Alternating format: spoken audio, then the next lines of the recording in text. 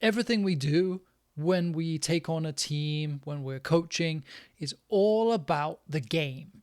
How do you train? You train for the purpose of the game. How do you set up your team? You set them up for the purpose of the game. The players you pick in tryouts or through training, you pick them for the purpose of the game. So, what does your game day look like, and how does it support how much work you do to prepare for it?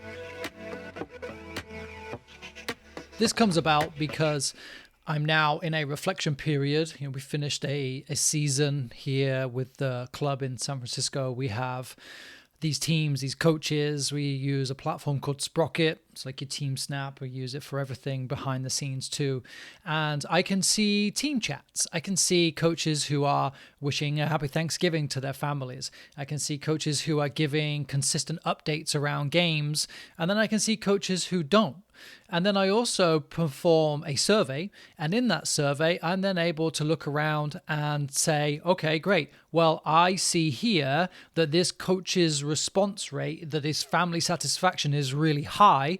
And then if I look at his team chat, if I look at his interactions with the families, it's really positive. It's consistent. Even if they've lost all of the games or won all of the games, the consistency around that game day experience is from the communication and the setup that that coach does with their families and with their players. The same can be said for teams that have a really low success rate or a really low satisfaction rate. It comes a lot of the time from the poor communication and interaction that their players have and the families have with the coach. So then we look back now and I say, well, if I want maximum success, and of course maximum success from a player perspective is players are playing and loving the game. From a business perspective, they are returning to play. We want to keep our players. I don't want them to quit the game because that's no good for anybody. And then I also don't want them to leave my club because I believe that what we are doing is going to set them up for the most success in the future, given the stats and the data around how many players actually go on to the pro game, how many players go on and play professionally in the future. We know that there are more and more players that are going to play the game for fun. They may be like you and I that get into it through coaching. They may play a decent level for a little while, but the reality is most people are just going to be lifelong lovers of the game and lifelong players, and that's absolutely perfect. So how is my environment, how are my coaches utilizing their game day to set themselves up for success? And it starts with preseason. There are a list of things that I want you to consider and ask yourself at this point of the year where the full season is finished, ask yourself if you've done any of these for your teams. Here we go. Ask for expectations from the players and their parents. Of course, this varies based on the level and the age of the players, but have you asked them for their expectations? Have you set your standard? How early should everybody arrive for every event? Should they bring all of their kit? What kit do they wear? What are the do's and don'ts? Do you have older players and you expect them to be in bed the night before? Do you have early kickoffs and you don't want them eating before they play? Things like that. Are they allowed to eat fast food? Do you go that deep? Do you then have them organize post-game activities? Do you mandate team lunches? Do you mandate snacks? Do you want a team photo after every event? Do you bring the families together and talk whatever's going on pre-game, post-game? Then we look at, have you communicated your game model and style of play? That would be formation too. And maybe that's a little bit of what your club will also do. There's a style of play in your club. Of course, these are things that you're going to follow. But have you introduced periodization and a season plan? And a season plan can simply be on the foundation level.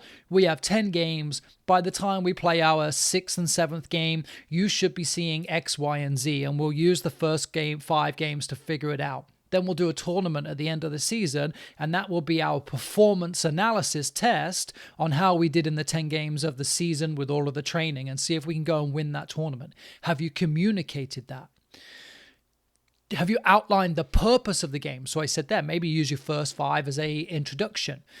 But what is the purpose? Are you telling your players about the experience they're going to learn? Are you going to cover how they apply their learning? Because the way I see it, it's a test for the players to go and apply what we've been working on. It's also a test and an evaluation process for me. Are the players able to do it? not just caught up in fighting the other coach and trying to win the game no matter what. And maybe that's your environment and you have to tell that.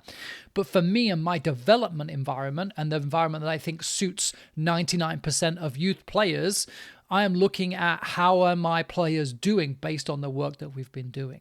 Then you may go different games, state cup, tournament, showcases, traveling to a showcase. Are you giving fair playing time? You're letting everybody play. You're letting everybody start at some point so they can show their talents off. They're on your team after all, so they should be good enough because you picked them and you've been training them.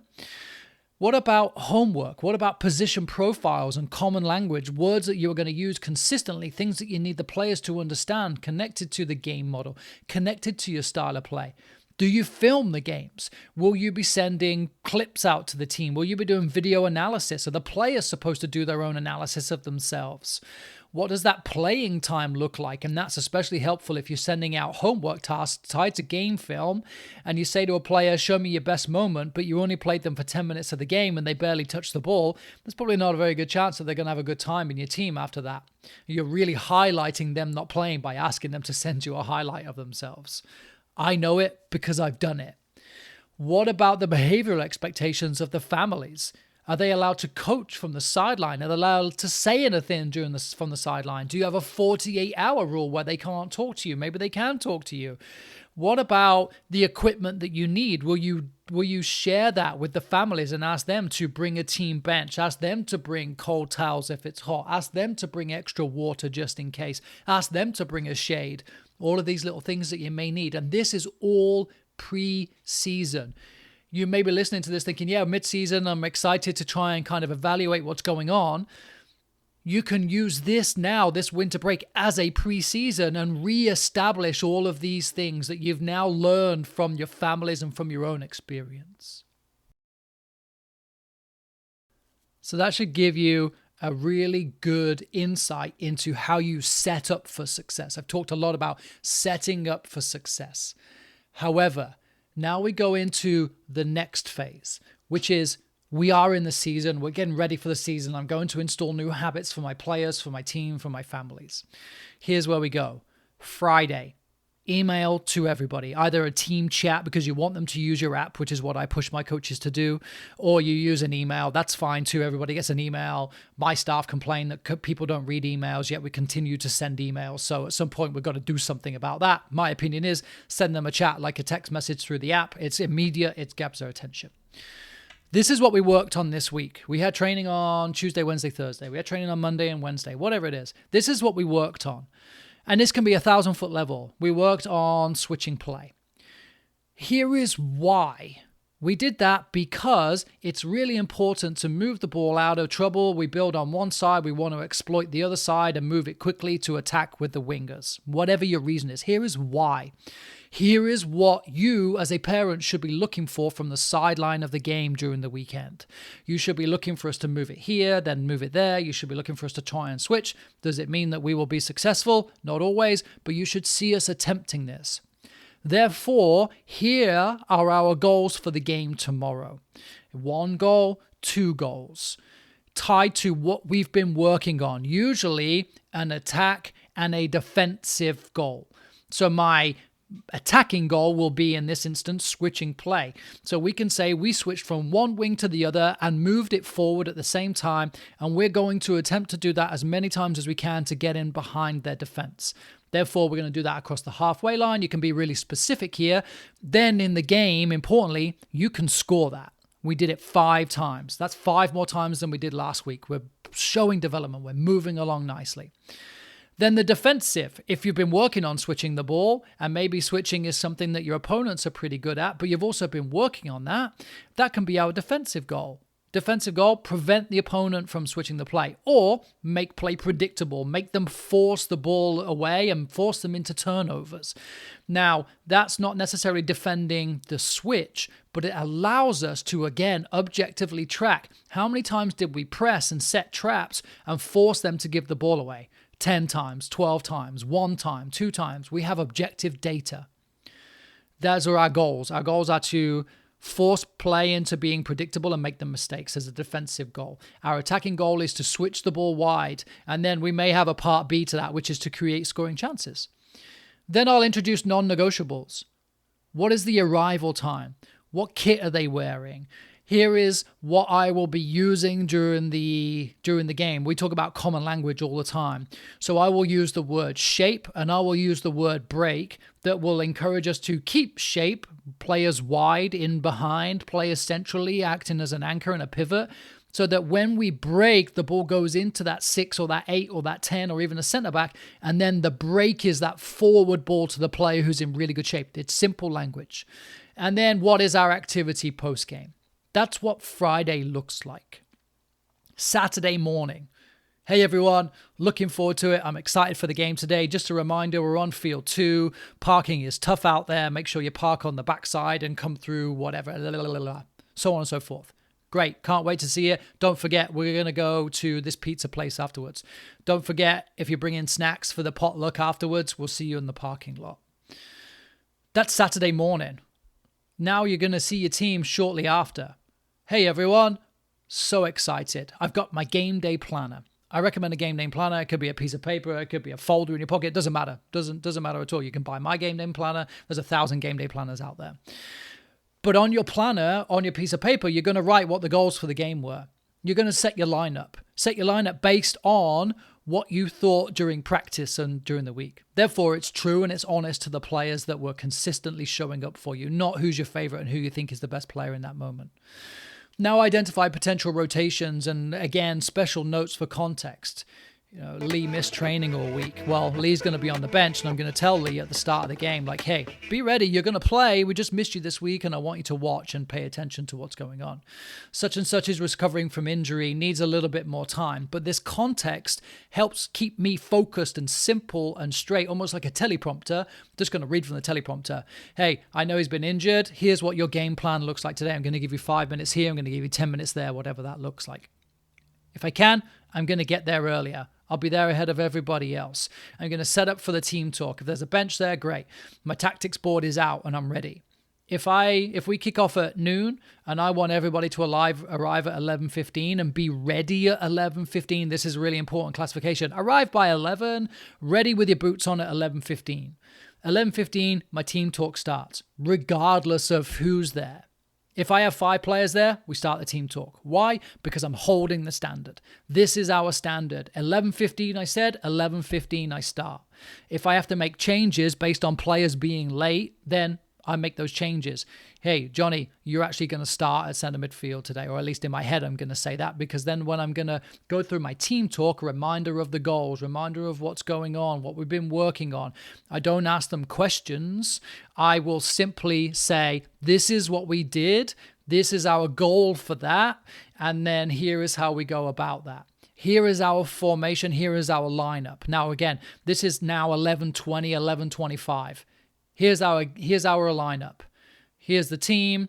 Now I know that my non-starters are going to have a sad face, right? They all want to start. That's hopefully what is going on in our teams, and that's a good problem to have because I know I can talk to them in the warm-up. But we start the warm-up. There are all sorts of things you're going to run into. Limited space, limited time with any sort of space. Maybe there's a game going on before you, and now you've got 10 minutes on the field before you start. So these are things to keep in mind. I have what we call the 11 plus, the FIFA. It's younger for the younger players. It's adapted to be quick and fun movements, get them excited, get them moving. Older players a little bit more purposeful, a little bit more thorough. Then we go into 3v1 rondos. Middleman's in for 20 seconds, stay in there, and then after 20 seconds, rotate. 4 rounds, all players will go in. Older players do it twice. Goalkeepers are off doing their own warm-up. Younger players are doing it on their own. 3v1, 1 round is more than enough. With my older players, I'll then move into a 4v4 plus 3. Extra players will sub in and out of that plus 3. Defenders, strikers on the ends, a central midfielder in the middle as the plus 3, and then 4v4. Now, 10 to 20 minutes before kickoff, again, depending on age, I'm going to play attack versus defense. And I'll put these images on my Instagram so you can see them. 7v7, it's a 3v3, 1 goalkeeper, 3 defenders, 3 attackers, 3 plus players on the halfway line. Defenders get the ball out to the 3 on the halfway line. The 3 existing attackers rotate out. The 3 on the halfway line turn in. So there's an element of like kind of wave play. And then you just keep taking it in turns until you score or until the defenders break out. That same game plays out for 9v9, we play 4v4. Then 11v11, we play the same thing, we play 6v6 and keep rotating players in and out. If I have time with the older players, I'll go to stage 4, which is a 2v2 to goal. Two defenders line up either side of the goal, attackers line up either side of the box. The idea is ball's played into the attackers, they combine, play 2v2, score goals, get shots on the keeper. It's reality, it's fast, it's not super sexy because there's an element of a line and turn-based, but it's just about repetition, fire off. I want the aggression. I want to see players driving to score, striving to defend. I want to see this desire, this competition within. Then we come in together. Captains go do a coin toss or shake hands or whatever they do to get the game ready. Final touches on the tactics board. Remember, here's our goal. Here's our lineup. Don't forget it. Subs, get your pennies on. Team huddle, cheer. Let's go. That's a lot, huh? That's a whole lot. And it's really interesting because the game hasn't even kicked off yet. Now, if you go to a game tomorrow and you try to implement this, it's probably going to be a disaster. It's going to be difficult. It's going to be messy. You may forget something. Team may forget something. You might feel the pressure because the environment isn't quite right. You scrub for time. Maybe you're coming from another game. There's 1,000 things that happen. But I encourage you now to use this break over winter to establish this game day routine. The number one way that you can establish a game day routine, do it in practice.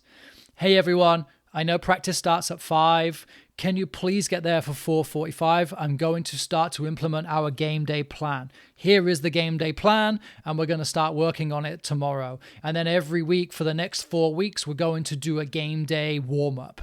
We'll use this winter perfectly to get ready for success in the spring. Why do we need to have a game day? So everybody knows what's going on. There's no surprises. There is just pure consistency. It helps me stay focused. It helps me stay on point. Helps the players prepare. There's no surprises when they are arriving. They know exactly what's going on.